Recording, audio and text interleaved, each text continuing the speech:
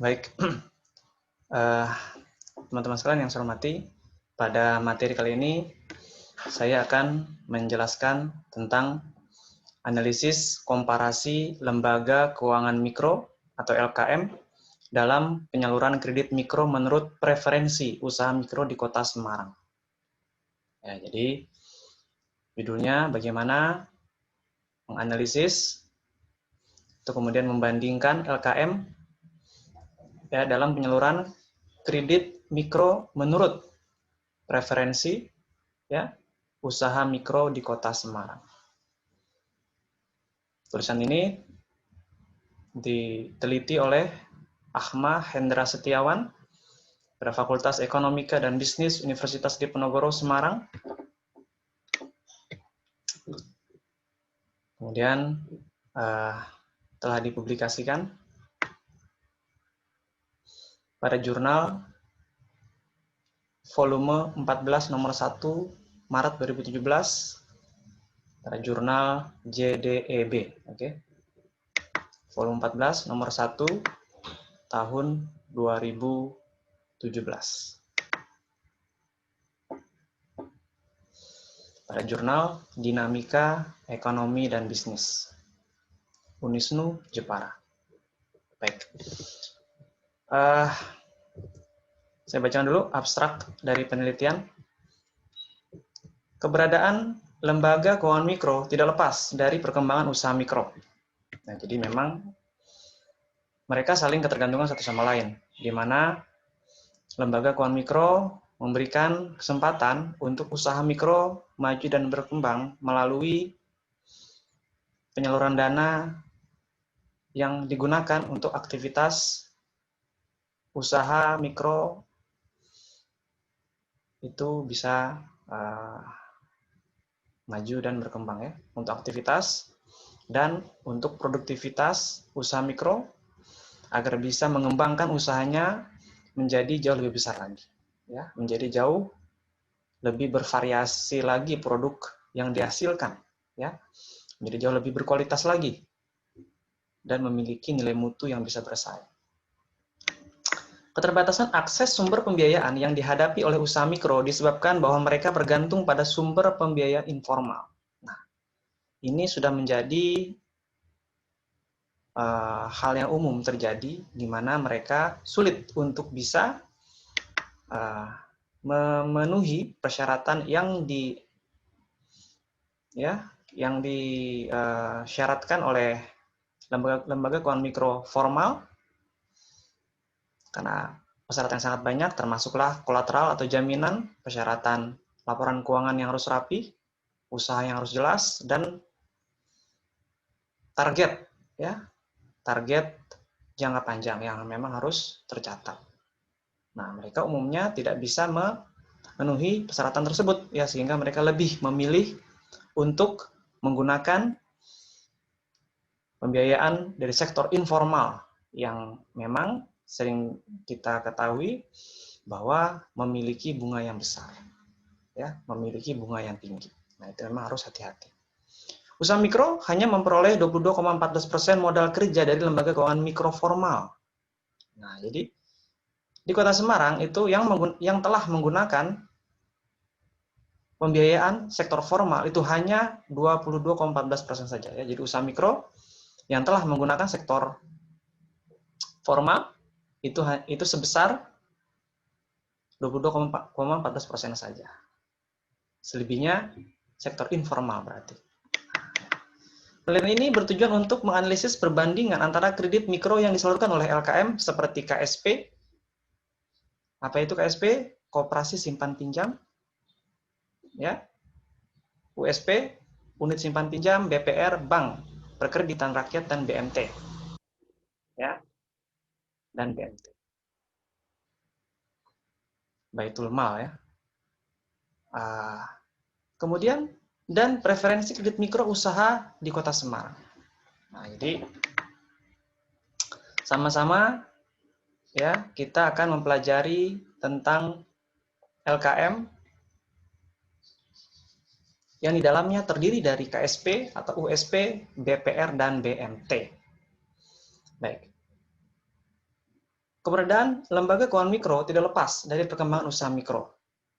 Dari seluruh usaha mikro kecil dan menengah atau UMKM di Indonesia yang berjumlah 49,8 juta, sekitar 95,7% adalah usaha mikro yang terdiri dari usaha rumah tangga, pedagang kaki lima, dan berbagai jenis usaha lainnya yang bersifat informal. Kemudian, dari jumlah tersebut, hanya sekitar 36% atau 19,4 juta yang telah memperoleh kredit perbankan. Nah, ya. Jadi di Indonesia itu hanya sekitar 39% atau 19,4 juta yang telah memperoleh kredit perbankan. Sisanya melalui sektor informal. Kenapa ini bisa terjadi? Sebagaimana yang telah saya jelaskan sebelumnya bahwa mereka kesulitan dalam memenuhi persyaratan karena memang sektor formal ini membutuhkan kehati-hatian yang tinggi. Ya, sehingga mereka bisa memberikan bunga yang terjangkau. Ya, bunganya tidak besar. Ya, bunga standar bank saat ini sekitar 2, 3, 4% satu bulan dan bukan satu hari. Ya, sebagaimana halnya sektor informal. Sektor formal ini sangat hati-hati sekali mereka dalam memilih, ya, memilih debiturnya untuk bisa memperoleh dana pinjaman. Kemudian selanjutnya kita lihat di sini tinjauan pustaka, ya. Lembaga keuangan mikro menurut Asian Development Bank atau ADB adalah lembaga yang menyediakan jasa penyimpanan atau deposits, lembaga yang menyediakan kredit, kemudian lembaga yang menyediakan pembayaran berbagai transaksi jasa, serta money transfer. Nah, ya. Lembaga yang menyediakan apa saja? Deposits, kemudian loans, dan payment service, serta transfer uang atau money transfer. Nah, jadi kita sama-sama memahami dulu apa definisi dari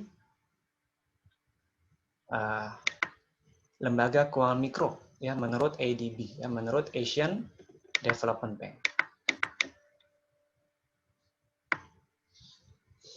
Lanjutkan lagi. Bentuk LKM dapat berupa lembaga formal seperti bank desa dan koperasi, lembaga semi formal seperti organisasi non pemerintah, dan sumber-sumber informal lain seperti pelepas uang, ya, atau money lender. LKM di Indonesia menurut Bank Indonesia dibagi menjadi dua kategori, yaitu LKM yang berwujud bank serta non-bank.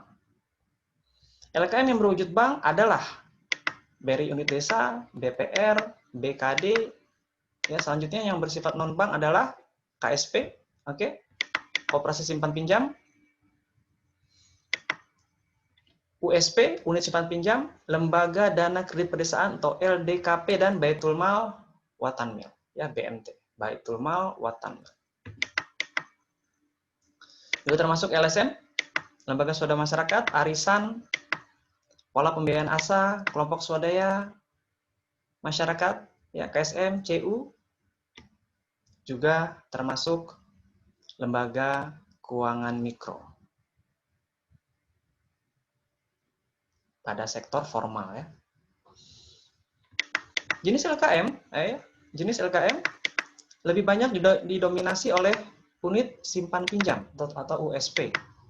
Namun dari aspek besarnya, perputaran pinjaman lebih didominasi oleh perbankan, yaitu BRI Unit dan BPR.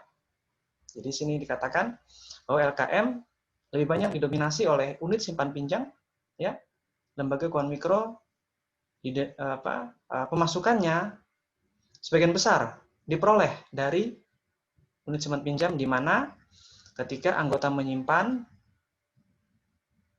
dan menabung di LKM, kemudian mereka berhak untuk meminjam, ya. Nah, selisih antara bunga pinjaman dengan bunga simpanan itulah keuntungan yang akan diperoleh oleh LKM. Oke, kita lanjutkan lagi.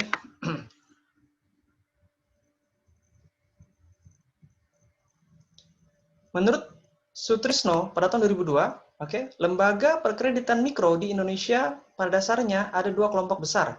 Pertama, ya, bank terutama BRI, unit dan BPR yang beroperasi sampai ke pelosok tanah air.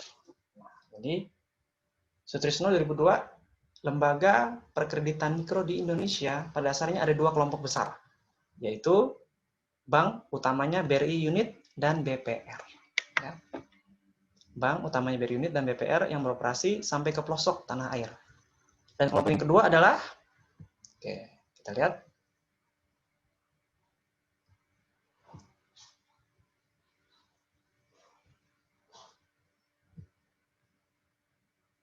koperasi. Nah, kelompok yang kedua adalah koperasi. Baik dalam bentuk koperasi simpan pinjam atau unit simpan pinjam. Pada berbagai macam koperasi. Ya. Jadi bentuknya ada dua, dalam bentuk bank utamanya Bank Rakyat Indonesia, yang kedua dalam bentuk koperasi, baik koperasi simpan pinjam maupun unit simpan pinjam. Di samping itu terdapat LKM lain yang diperkenalkan oleh berbagai lembaga, baik pemerintah seperti lembaga kredit desa, badan kredit kecamatan. Nah, jadi mereka juga ternyata menyalurkan dananya untuk bisa digunakan bagi seluruh warga masyarakat untuk membuka usahanya, ya, pada sektor-sektor yang produktif dan menguntungkan.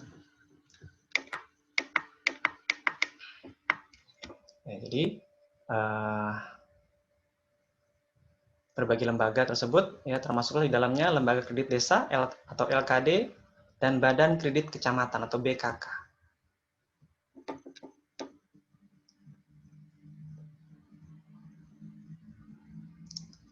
Selanjutnya, ada juga lembaga keuangan mikro yang tumbuh pesat, yaitu lembaga keuangan syariah, ya, yang penyelenggaraannya sesuai dengan prinsip-prinsip syariat Islam.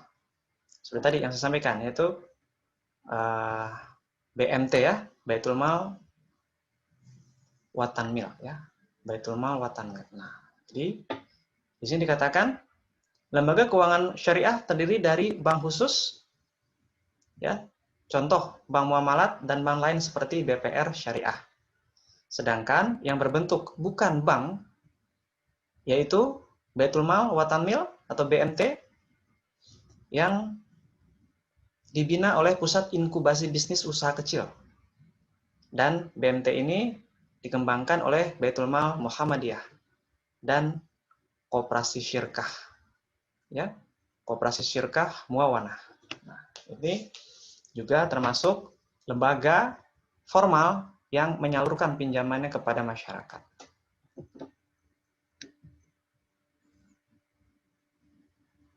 Status legalnya juga ada, ya, dalam bentuk koperasi.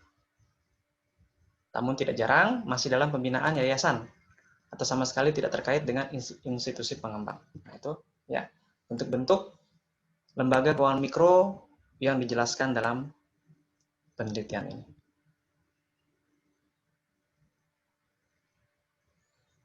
Apa saja elemen-elemen penting atau fungsi-fungsi penting lembaga keuangan mikro? Pertama, menyediakan berbagai jenis fasilitas pelayanan keuangan. Nah, ya, jadi memberikan berbagai fasilitas dalam hal pelayanan keuangan.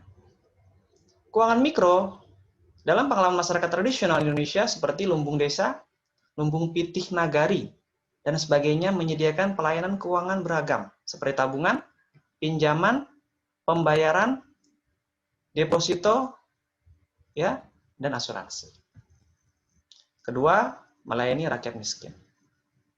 Nah, jadi memang fungsinya beragam, ya, tidak hanya sekedar tabungan saja ataupun pinjaman, namun juga ada dalam bentuk pembayaran, ada dalam bentuk deposito yang bunganya lebih besar dari tabungan, ada juga asuransi. Nah, jadi memang variasinya menjadi lebih beragam sehingga kita lebih banyak pilihan.